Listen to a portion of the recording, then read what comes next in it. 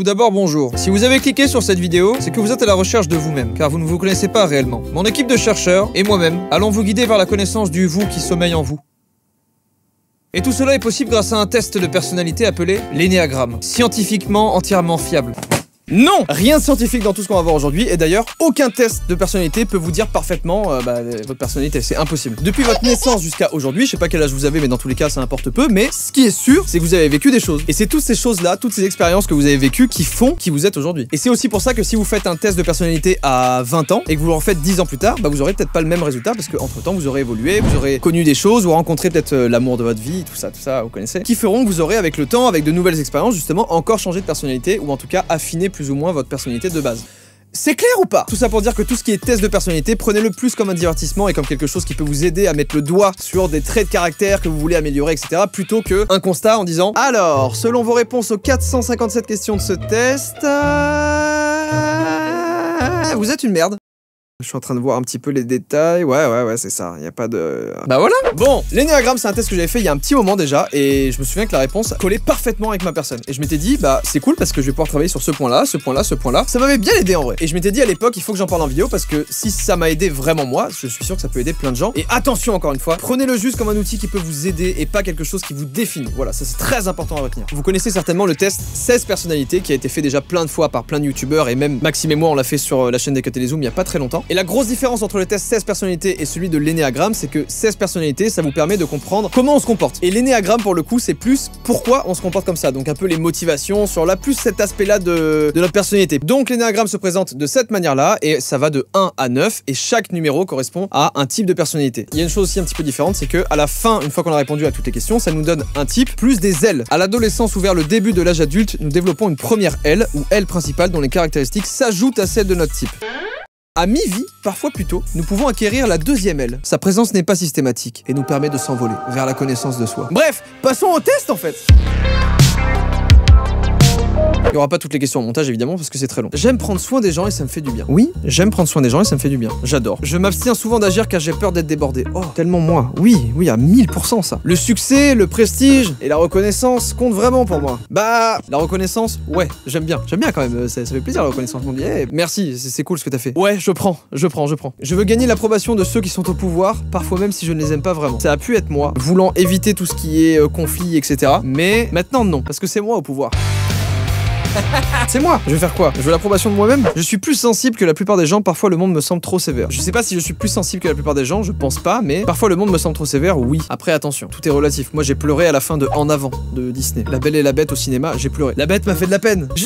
En partie. J'ai tendance à faire confiance à la plupart des gens. Alors oui, alors ça c'est 1000%, c'est même pas j'ai tendance, c'est que ma vie est basée sur je fais confiance aux gens. Vraiment je fonctionne comme ça. Et puis arrive ce qu'il arrive et des fois je suis très déçu. Là pour le coup c'est même pas j'ai tendance, c'est que je fais confiance à la plupart des gens. Je prévois la prochaine aventure avant que celle en cours soit terminée. Waouh, mais oui, mais alors là, mais oui. Je suis déjà en train de tourner la prochaine vidéo, regardez en parallèle de ce tournage. Oh là là, elle était rigolote cette vidéo là. Passons à la suivante. Ouais, je fais souvent ça. Exemple typique, mais quand je fais un son, genre je commence une instru que j'aime bien, qui est vraiment cool, je sais pas pourquoi, mais à un moment donné, je vais arrêter et je vais en faire une autre, puis une autre, puis encore une autre, puis encore une autre. Et puis au final, j'ai que des brides de musique, d'instru qui sont jamais finies. Je suis toujours conscient de ce qui doit être corrigé. Non, je pense pas. Je sais pas. Je vais mettre en partie. En partie parce que je me pose beaucoup de questions. Le problème, c'est que des fois, c'est grave utile parce que quand je fais des vidéos, quand je fais des trucs, je me remets en question et je me dis ok là comment c'était, là pourquoi le son était pas comme ça, là pourquoi la vidéo ok. Mais le problème c'est que des fois ça déteint dans la vie de tous les jours et ça devient un automatisme pour tout. Je vais aller à la boulangerie, je vais avoir 5 gâteaux, j'ai envie d'un gâteau là. Et je vais me dire ça. Pas mal ces petites tartes au citron là. Ah attends voir, il y a un framboisier juste à côté. J'adore les framboises. Attends une petite minute, il y a aussi une tarte au citron meringuée. Si je prends la tarte aux framboises, j'avais vu une vidéo un jour où il y a des fourmis dans les framboises, putain c'est dégueulasse. Alors que la tarte au citron c'est pas mal, mais la tarte au citron... Je me pose beaucoup trop de questions, c'est terrible. Il est important pour moi que je sois admiré par d'autres et beaucoup de gens m'admirent. Je pense pas que ce soit important, mais c'est flatteur.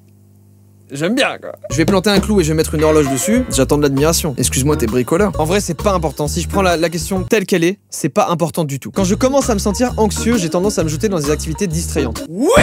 Bien sûr, ça c'est quelque chose qui est trop bien quand on a une activité ou quand on a un truc qu'on peut faire instantanément. C'est que dès que tu commences à avoir des émotions un peu négatives, que tu te sens pas bien, etc., un peu anxieux, tout ça, j'ouvre mon logiciel, je fais une top line et c'est bon, c'est réglé. Et je vous souhaite à tous d'avoir une espèce d'activité dans laquelle vous pouvez vous mettre instantanément dès que ça va mal. Mais oui, complètement. Je pourrais probablement avoir un peu plus d'ambition. Honnêtement. concrètement, oui. En vrai, faire plus de sons, faire un album, faire même un label, ce genre de choses-là, c'est des choses que j'ai en tête, mais pour le coup, c'est pas les choses où je vais me dire là, aujourd'hui, maintenant, vas-y, go, j'y vais. Ouais, allez, c'est bon. Oui, je pourrais probablement avoir plus d'ambition. Merde. Je suis assez dominateur. Ah, en partie. Ça peut m'arriver de vouloir prendre le lead en fait. J'aime bien. J'aime bien être leader d'un truc ou quoi que ce soit, mais dominateur, bon, allez, en partie. J'évite d'exprimer des émotions fortes.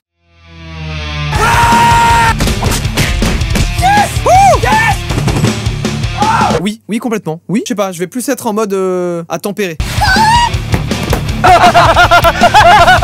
Même si c'est souvent irrationnel, je m'inquiète parfois de ce que les gens peuvent dire de moi dans mon dos. Mais complètement. Ça m'arrive dans la vie avec des gens parfois. Mais plus le temps passe, plus je tends vers le non. Et je crois même que, bah en vrai, non. De moins en moins en tout cas. Il y a eu ça au début de la chaîne où vraiment j'étais en mode oh là là, qu'est-ce que les gens peuvent penser de moi et tout machin. Et plus le temps passe, plus je m'en tape. Et je suis moi et du coup, bah on m'aime bien ou on m'aime pas, tant pis. Mais voilà. Pendant un long moment de ma vie, ça a été le cas de me soucier de ce que les gens pouvaient dire de moi dans mon dos. Et YouTube m'a beaucoup aidé pour ça. Et aujourd'hui, je m'en branle. Qu'est-ce qu'il y a maintenant? Attends quoi? Tu regardes tes vidéos, elle pue la merde.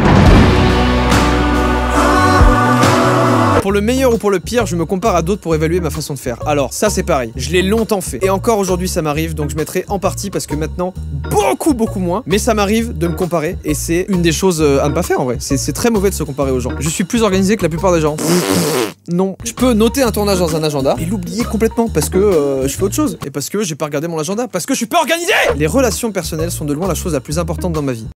Ouais, c'est la chose la plus importante de ma vie. Les relations sociales, les relations avec les gens, les relations humaines, c'est de loin la chose la plus importante de ma vie, vraiment. Dans tout, je me rends compte que c'est ça le plus important, c'est les relations que j'ai avec les autres, vraiment. Je déconne. Vous y avez cru là? C'est l'argent. Oh, qu'est-ce que je m'en bats les couilles moi d'être pote avec un tel ou un tel. Il m'est facile d'accepter les autres et eux semblent à l'aise avec moi parce que je ne les juge pas. Oui, complètement. Je me suis toujours très bien adapté avec plein de groupes de personnes différentes. Au collège, au lycée, n'importe où. Même dans les milieux où je travaillais, la différence d'âge, la différence de milieu social, de n'importe quoi. Je rencontre l'humain que j'ai en face de moi à l'instant T en fait. Et c'est ça qui m'intéresse. Je suis assez discret et facile à vivre. En partie. Discret. Non. Je suis plus formaliste que la plupart des gens. Pas du tout, je suis plus formaliste que la plupart... Non, ça me gave les... il faut faire comme ça, il faut se présenter comme ça, je déteste ça. Exemple parfait, mais j'ai toujours détesté tout ce qui est lettre de motivation, CV, les trucs comme ça, les trucs en mode il faut bien que ce soit comme ça, il faut que ce soit rédigé de telle manière, la marge comme ça et tout. Oh! Tu cherches un travail où tu veux montrer que tu sais mettre une marge avec des textes jolis, on s'en bat les couilles. Je sais pas si on parle exactement de ça, mais je suis pas du tout vers ça et ça me saoule en fait. Encore une fois, c'est moi, c'est mon avis. Oh, j'ai envie d'aller dans un bar en slip, voilà. Pas que je fasse ça en fait. On va voir quelques exemples de conventions sociales. Venir travailler en jogging ou en sweat et capuche. Tu as vu, il est venu en travail en jogging. Quelle racaille. Oh, ça m'énerve de fou. Je vais vous donner un exemple qui m'est arrivé il y a pas longtemps. Je faisais des visites d'appart. Automatiquement, à un moment, je me suis dit, ouais, vas-y, il faut que je m'habille bien. Et après, je me suis dit, mais non, en fait, j'ai envie de rester. Là, je suis bien, je suis à l'aise en jogging, je suis bien. J'ai visité un appartement. J'ai pas un date. Si je suis en jogging, j'ai un salaire de 1000 €. C'est ça que ça veut dire? Et si je suis en costard, ça veut dire que je gagne 5000 € par mois? Changeons ça, bordel de m... Le test, il prend une toute autre tournure. Donc non, je ne suis pas plus formaliste que la plupart des gens et je déteste ça d'ailleurs. J'ai des talents pour créer des réseaux de connaissances. Oui, c'est vrai que ça m'arrive dans la vie. Lui, il va aller avec lui. Oui. Ça se passe pas comme ça, ce serait un peu bizarre que je le pense comme ça. J'ai environ entre 3 et 40 millions de followers sur ma chaîne YouTube, tu vois. Donc, quand je dois mettre en relation deux personnes, je le fais toujours avec mon cœur. Ouais, j'ai un putain de talent pour ça. Les règles m'agacent. Bien sûr, ça m'agace! J'ai tout cassé ici! J'ai toujours fait mes traits à main levée, moi! Pas de règles avec moi! Je tiens à observer et penser sans me révéler avant de passer à l'action. Non, en général, je passe à l'action et après, j'observe et je pense. Vraiment, je fais l'inverse. C'est terrible. Je m'ennuie plus facilement que la plupart des gens. Je suis toujours en quête de nouvelles expériences. Alors là, ouais, je pense que je m'ennuie plus facilement. Je m'ennuie très vite. Mais attendez, faut que je fasse cette coupe parce que sinon, vous allez beaucoup m'admirer. Et ça va être un problème pour moi qui en ai besoin. Les gens sont attirés par moi parce que je les impressionne. Parfois j'ai beaucoup trop tendance à essayer d'aider les gens, alors oui, et des fois même c'est contre-productif parce que aider trop les gens, ça les saoule. Lorsque je prends une décision, je me demande souvent quelle option donnera le maximum de plaisir. On en a beaucoup parlé avec Mastu, et c'est vrai que je tends de plus en plus à ça, mais pas encore, donc je vais mettre en partie. Choisir l'option qui me donnera le maximum de plaisir, ça a été aussi la raison pour laquelle j'en suis arrivé jusque là aujourd'hui. Je pense que c'est en partie une des raisons avec la chance et tous les autres facteurs, évidemment. C'est étrange, mais je pense qu'il y a de la beauté dans la tristesse. Waouh, là on est en train de rentrer dans les questions, ouf. Oui. Je vais être remarqué, mais ça me met également mal à l'aise. Ah, en partie, c'est vrai. Tous les youtubeurs devraient répondre en partie ou oui à cette question, parce qu'en soi, on a envie d'être remarqué pour notre travail, pour ce qu'on fait, pour ce qu'on propose, mais en même temps, ça peut nous mettre mal à l'aise. Je perds souvent ma concentration car mon attention tend à s'éparpiller. C'est comme remettre au lendemain, c'est constamment. Je vais être en train d'écrire des paroles d'un son et ça se passe comme ça. Elle a du style, elle a du charme, salade de riz, jambon de Parme. Le chien de ma tante s'appelait Parme. C'est quoi l'ancêtre des chiens? C'est un oui énorme. Prendre des décisions importantes me demande beaucoup de temps et d'efforts. Souvent, je doute après coup. Oh là là, mais c'est moi, ça! À la fin de ces phrases, il devrait y avoir une parenthèse avec marqué « Et regardez, c'est Jordan ». À 100%, c'est vraiment ça, quoi. Je me fous de la morale, mais j'ai mon propre sens de l'intégrité. Je me fous de la morale, mon pote. Je la fume, regarde. Je me fous pas de la morale. En partie. Quand j'arrive, la fête commence. Oh, oh, oh, oh. Oui, quand j'arrive, la fête commence, ouais. Je suis apte à motiver les gens. Oui! Vous êtes avec moi? Si vous êtes une entreprise un peu en galère, appelez-moi. Ok. Résultat de test Enneagramme. Vous êtes très probablement une personne de type 7. Très bien. Attendez, parce que je crois que mon monteur l'a fait et qu'il est également type 7. L'enthousiaste. Yes! Les gens de ce type de personnalité ont essentiellement le désir de faire en sorte que leur vie soit une aventure passionnante. C'est vrai. Les 7 sont orientés vers l'avenir, ne tiennent pas en place et sont généralement convaincus que quelque chose de mieux les attend au coin de la rue. Ils ont une pensée rapide, beaucoup d'énergie, font beaucoup de projets, ils ont tendance à être extravertis, à posséder de multiples talents, sont créatifs et ouverts d'esprit.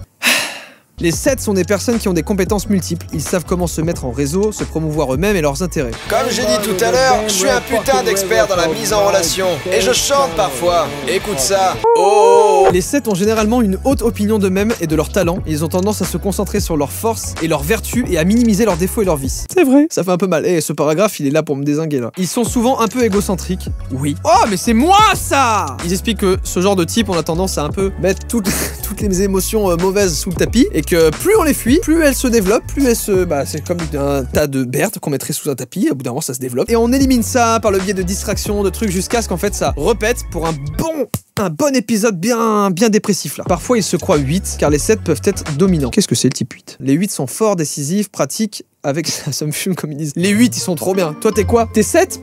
T'es 7, il est 7.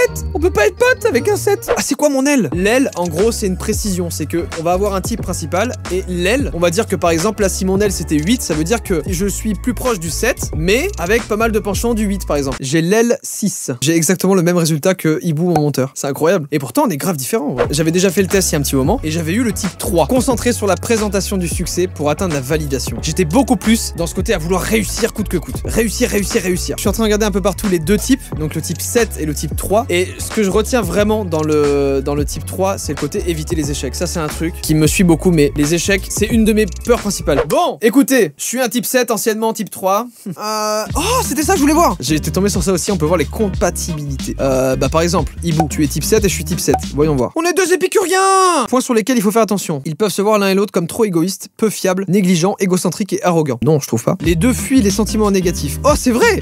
Genre, je me suis... Attends, mais...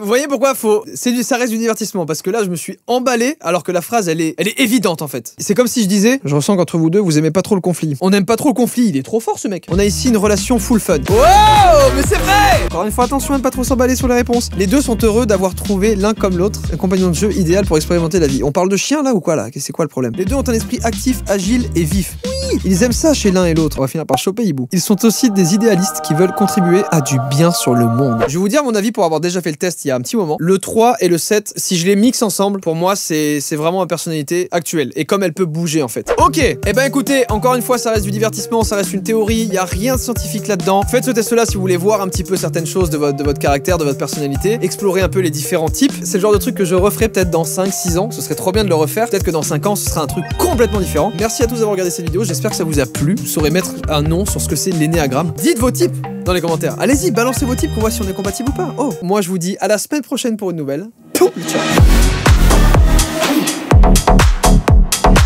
Ah, je vous l'ai dit ça? Ah ouais, mais faut que je le dise, voilà. J'ai trouvé un appart. Pour ceux qui me suivent sur Instagram, ça fait 6-8 mois que je cherche à ranger, à déménager. Venez suivre ces aventures sur Insta.